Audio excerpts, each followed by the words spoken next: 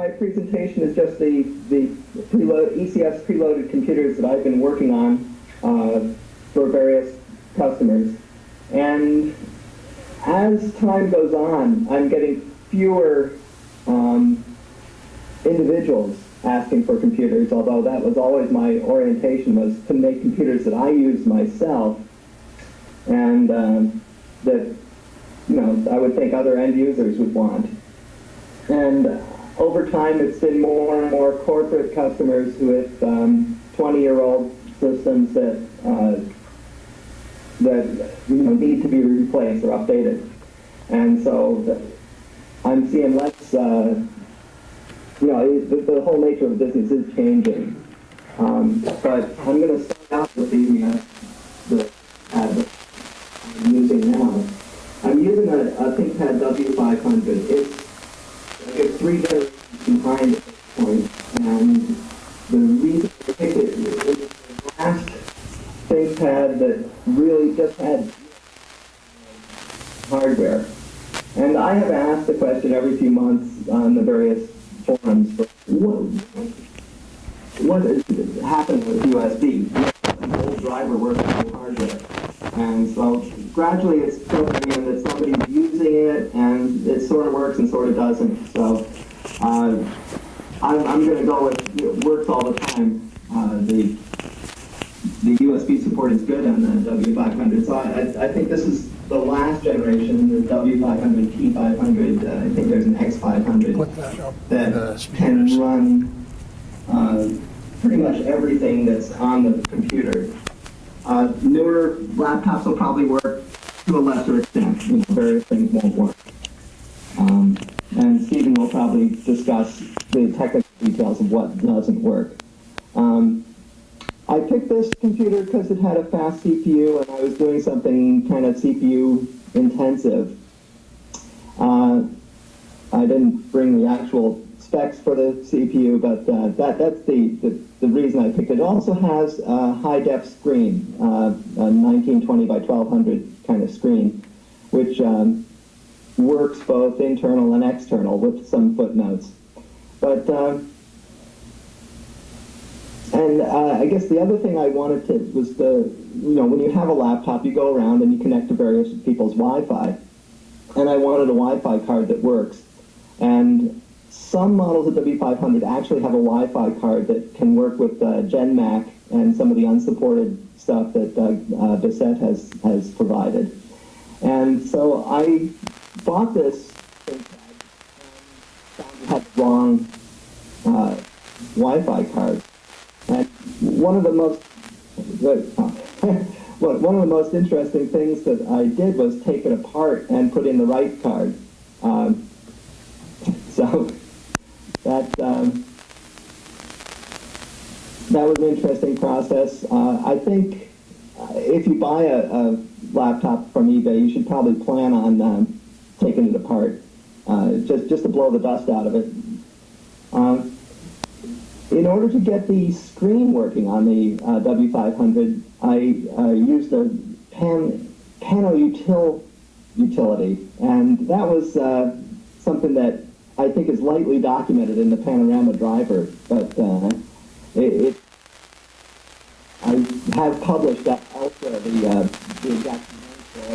It's not difficulty, but not difficult. But in order to have a widescreen mode, the hardware has to know about the widescreen. This just adds the 1920 by 1200 mode to the piece of hardware and lets me display it at that.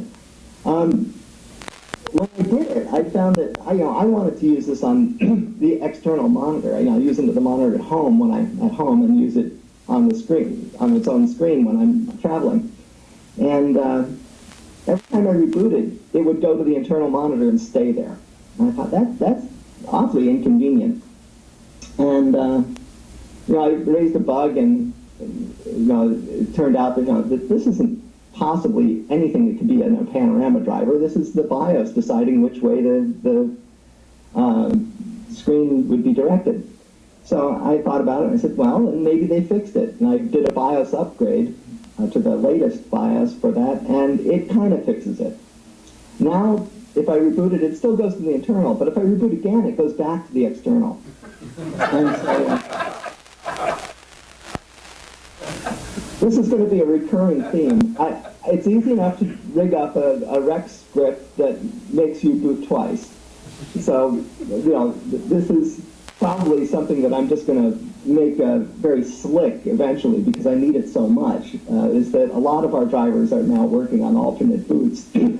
So I'm just going to be rebooting twice. If I want to be remote controlling this system from, some phone kind of device, and I'm like, well, I'm out in Atlanta, but my computer is in Santa Cruz. I better have this thing set up to automatically reboot twice because I will not be able to hit the button from a remote location. So that is pretty much it for the video. I've been kind of interested in the webcam software that people have been putting out. William Brule wrote the software, and there have been a lot of people trying it. And this W500 webcam also works with the new software. Works better with the what I call it, the Mensis build, the one that David did, than with the one Lars did. I have no explanation for that. They should be the same, but it shows video sometimes for several seconds before it freezes. And that's a lot more webcam support than we had before. So I'm kind of hopeful. There are a lot of different ways to transfer video over USB, and apparently what I've got is a lesser, not as good a way of transferring it, at least as far as my drivers are concerned. And that I think that we just have bugs to work out. This is still very new, and at some point people will get this to be fairly reliable for all webcams. But for now, it's a very encouraging change on the W500. Finally, I think there are a couple of problems that I've had with the machine, and pretty much with all laptops. And that is a general problem of overheating. Laptops run hot anyway, and because of the varied things that I do with OS2,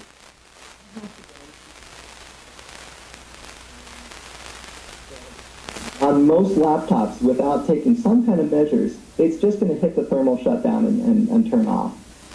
It's nice that Intel provides this for their CPUs, that if you get them too hot, they just turn off before any damage occurs. That's kind of rough to just pull the plug on the computer like that. I had other than the file, it's just fine once I cool it.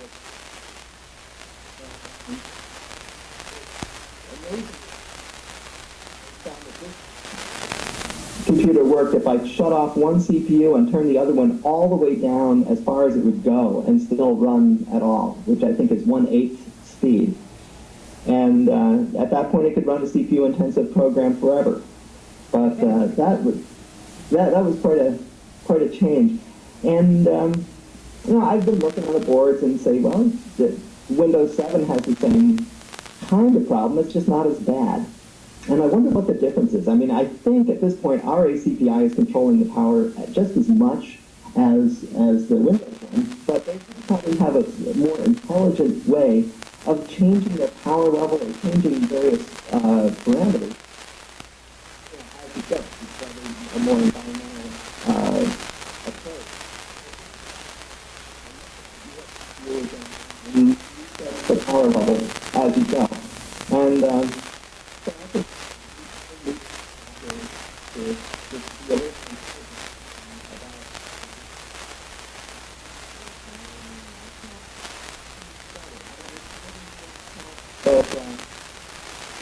the whole idea of battery life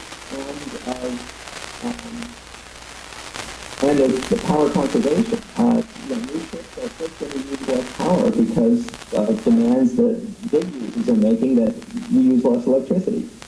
So, I know like a Google size company pays a lot of money in electricity to run their servers. And they're just demanding chips that use less power. So that's probably what the future is going. So I worry about this running hot, especially since we're best off with a few-year-old laptop, which has an old fan on it anyway, and so the future looks good, but right now I'm kind of concerned with the overheating. Going back to battery life, the Wi-Fi that I have, because it is kind of jury-rigged, because it is in the unsupported mode, some things aren't completely there, and part of it is power management. I have to start the radio a certain way. I think I have to start it off and then turn it on. And then I have to run under battery mode, which is usually how you run Wi-Fi, because you're out in an airport or something, and everybody has used up all the plugs. So, you're going to be sitting there with battery. It does not react well to a battery conservation. You have to set the BIOS to maximum performance, which is, running at 100%. And at that level, the battery is going to last about an hour. And I have a brand new battery in this, and, I can get about an hour at an airport. Fortunately, I never have to use it for more than an hour at an airport, because, then the plane comes. But, if you want to do some serious work, an hour is not very much. So, just a note about that. This will be fixed if we ever get the multi-MAC driver for Wi-Fi going, but I understand there's a lot of software that has to be ported in order for that to happen. So I'm not that hopeful for that. Any laptop questions before I go on? You ever use one of those cooling things underneath the laptop? Good question. When I wanted to use, I love using the laptop as a server because it's got lower power than a lot of the desktops. And so I got a laptop cooler, and the first one I got, it worked, but it was so loud that I had to return it. And so I got a more expensive one. It has a variable speed fan, and with that, I'm able to get a cool bit, and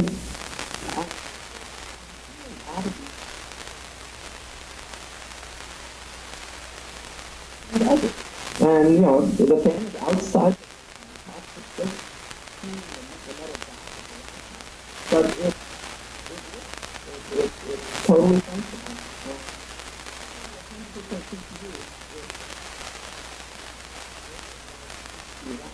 Cooler at 100% CPU without using ACPI power management to reduce the CPU power or turn off the second CPU.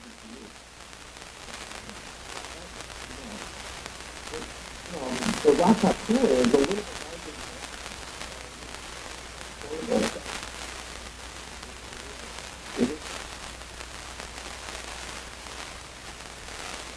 Laptop question. Neil, does your laptop have the ability to turn off power management in the BIOS? I couldn't hear that. Does the laptop off the power management? Does your laptop have the ability to turn off power management in the BIOS? I think it does, but I'm not sure what, since I need more power management, I'm not sure why I needed to turn off the power management. I found on my laptop that if I turned off the BIOS power management and let David's newest build of ACPI work on it, my temperature dropped 10 degrees. Did you catch that, Neil? Well, turn it off.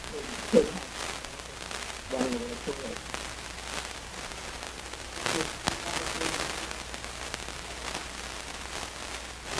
My laptop was just going crazy.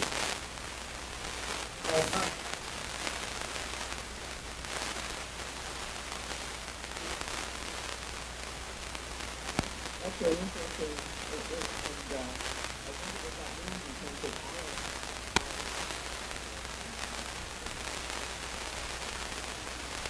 It might be just something in the BIOS that's just a little strange.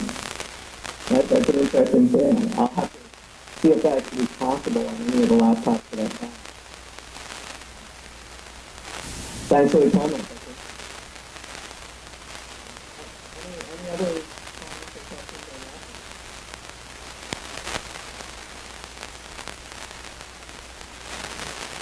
Well, so yeah, let me go on to the desktop. I'm excited for corporate customers, what they really like is to have brand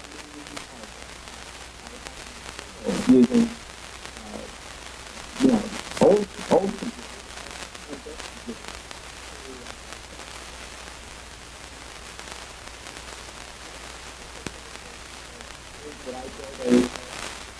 Considered almost the same as used. They want a new one that has a warranty from the manufacturer.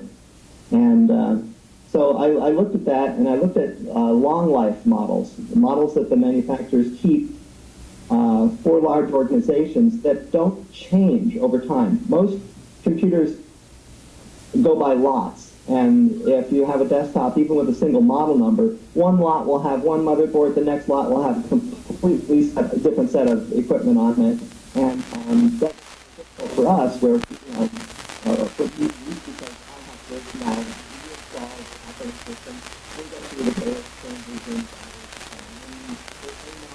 you have the same kind of support at all. So I looked at this. I tend to go for them just with their documentation of their systems. I don't believe that they're actually any better than any other manufacturer, but it's easier to find out technical details about the Lenovo's. So the M72E Think Center was the one I picked. Proprietary information, but this is the first new desktop I have tried in years, and so that was kind of an education. The first thing I noticed was it doesn't see all the RAM, and I read about the memory hole problem, and for this application, I don't care. I'm replacing a 20-year-old computer. 512 megabytes of RAM is more than they ever had. So the memory hole doesn't affect it. Gigabytes installed, and then half a gigabyte is usable by OS2.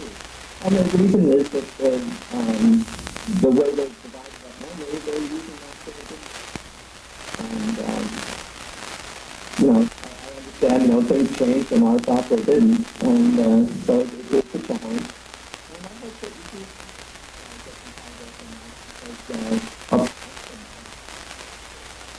you do well. Let me check my notes here for a second.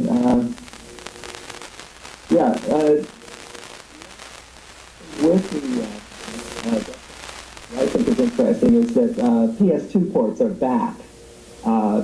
They wanted to work in the corporate setting, and there was a big IT department that controlled all purchases, controlled all installations. But once it gets to the guy's office, there's some interaction between the IT people and the office. And that's what makes sense to the and the fight was about keeping the guy's old keyboard. He's got an ICS keyboard. He likes it, he doesn't like it. The arguments can just go on and on. Let's say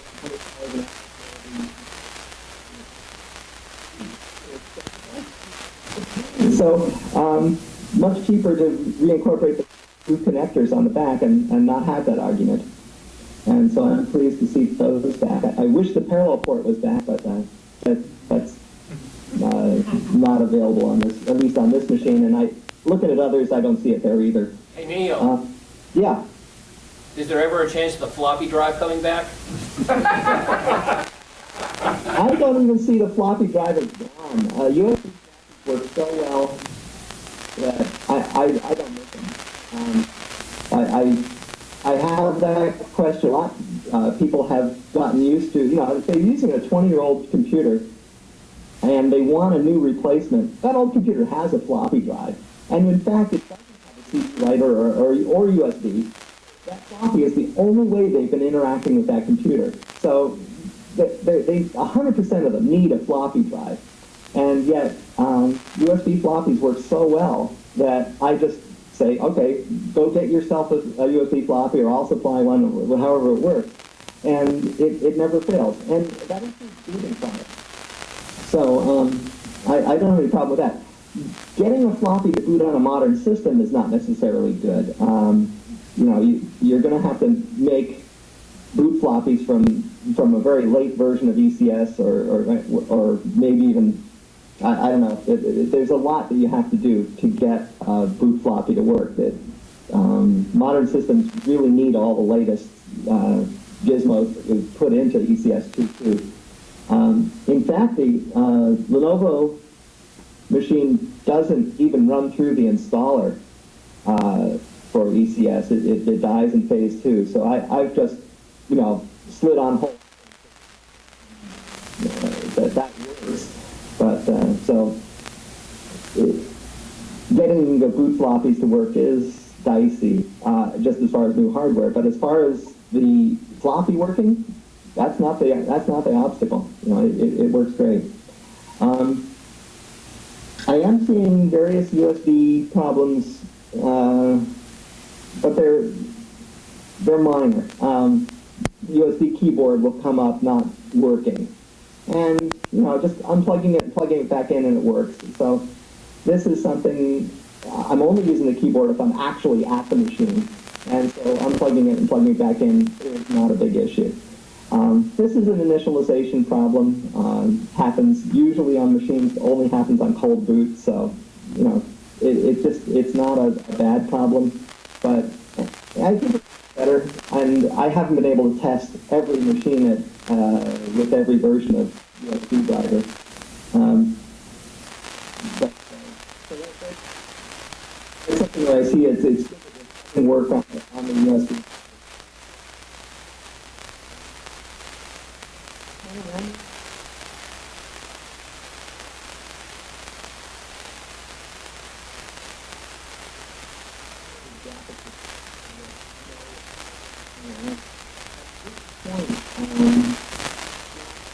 Accelerators support is so old.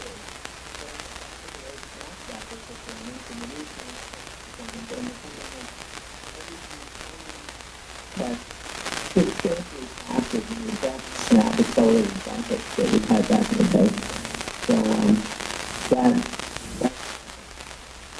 I guess is a sign of progress.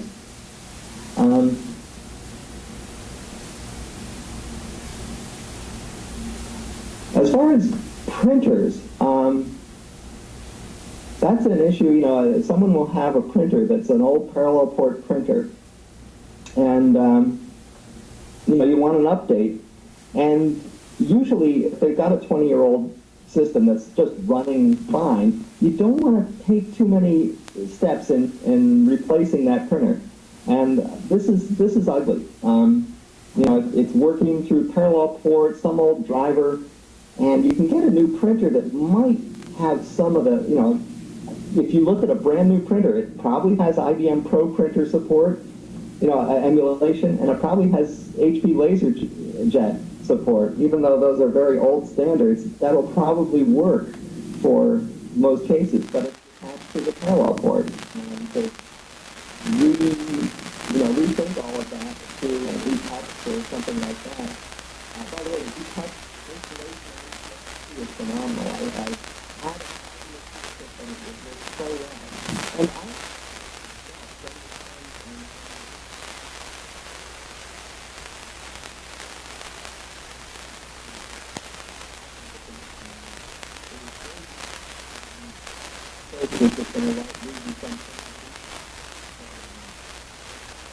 And I'm grateful that someone has worked this out as well as they have.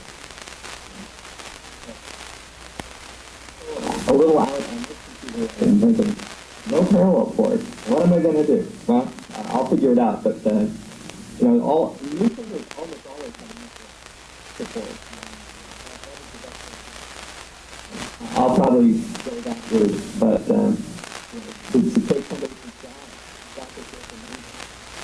job, I'm just amazed that, what people print 20 years ago. Printers were more expensive then, and most of the engineers that did it weren't OS2 experts, they were DOS experts. And I never had the DOS background, so it's kind of a surprise to me to see people printing in ways I've never seen before in OS2, but are obvious to a DOS user. So, that was... with the parallel port, that use a network print server. That is a possibility. $5 on eBay. Well, it's $5 more than having just the network port in the printer, since it comes with one. Yeah, so, we've got a beautiful old HP parallel port LaserJet, which has got 350,000 pages on it. You don't want to get rid of it. You're attached to it. Well, that's the opposite of the situation I see. They've got an old HP, it's dead, it's close to death, and they want to replace it. They want a new one. They've used it up. They've already put all the pages that it could ever have made through it, and then some. So, in a corporate situation. At home, I would say the print server is probably a good way. You've got an HP printer rated for 100,000 pages, and you printed 5,000, and you got 95,000 to go. Why should you replace it? It still works. Although I noticed that it uses so much power at idle, unless you're turning it on and off every time you want to use it, it might pay for itself to replace it with a new one. I did a job recently that needed a sort of server-grade computers, and that was a very interesting process. I got the IBM X server, the actual IBM hardware, and the first real obstacle I hit with that was that the wasn't there. And it wasn't a satellite controller. And that serial SCSI has the SATA standard in it. And you can just plug a SATA drive into a serial SCSI and it will work on other operating systems. I don't think we have a lot of experience with that. So maybe in the future our SATA driver will support these units, but for now it's not there. And so I had the kind of embarrassing situation of going inside the computer and looking at I look at plugged right into the motherboard. So I unplugged that and plugged in a standard hard drive to it, and it worked great. So I'm basically supplying a server that has no hard drives in its hard drive bay at all. And but that's not the reason that we're using it. We're using it because with a 4-hour on-site replacement warranty that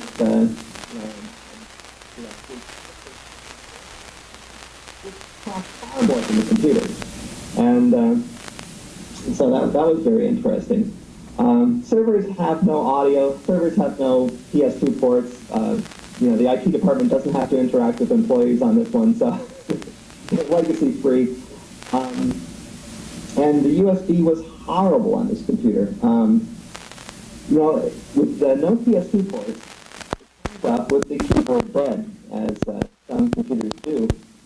And I think, well, this is no problem. I know on a warm boot it's going to come right up.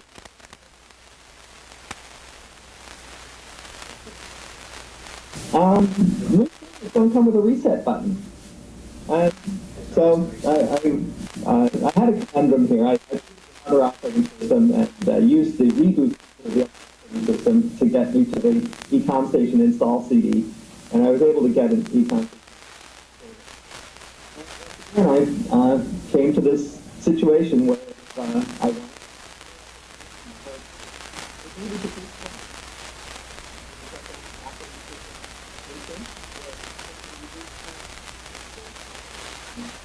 and a system that takes, servers take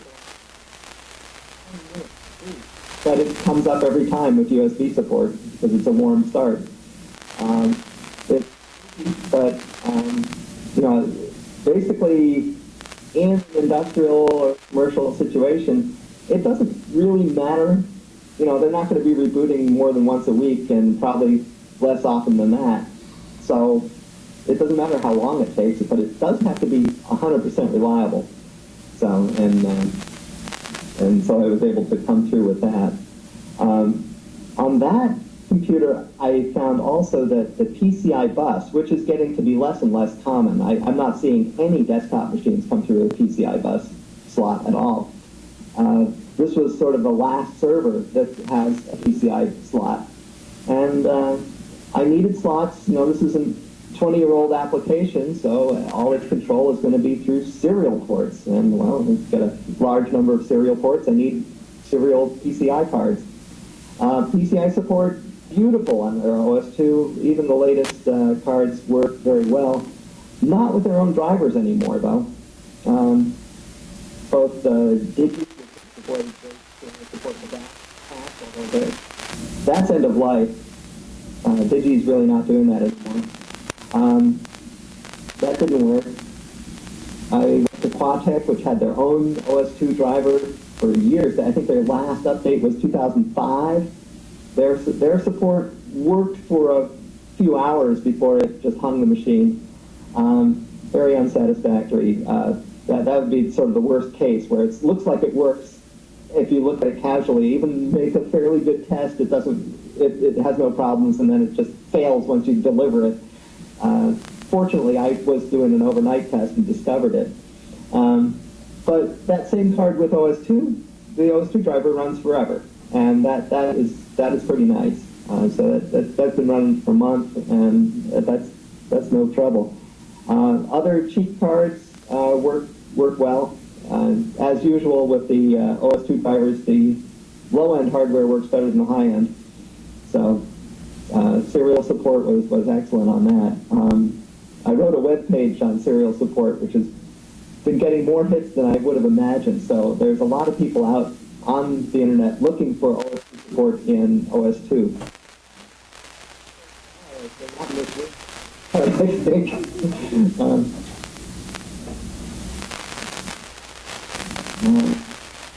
Well, I think it's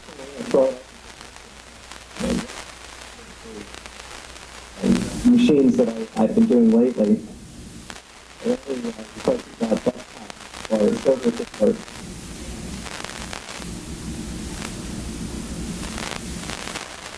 Any questions? That's Everyone's good. an expert. Yeah. I think it would be interesting to hear the next session. Steven's going to talk about the memory hole.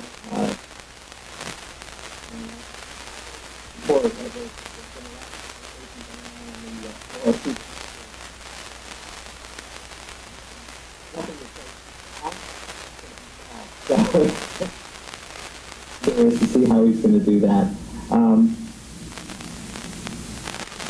Other than that, I guess. I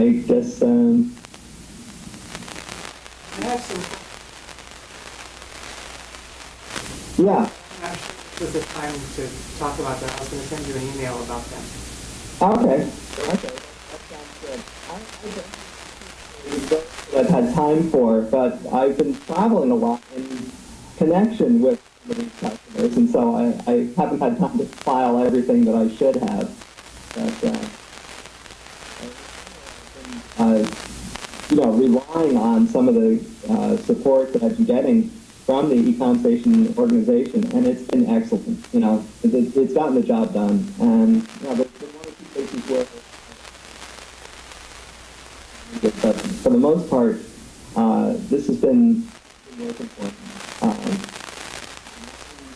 Overall, business has been solid for a couple of years, and that's kind of surprising considering how old OS2 is. It's old? Yeah. All right, Neil, we for your time and sharing your experiences with us. Okay, Louis. I'll sign off and give you a long coffee break. Fair enough, Neil. Thanks so much. All right, thank you. Bye, Neil. Bye-bye. Hey,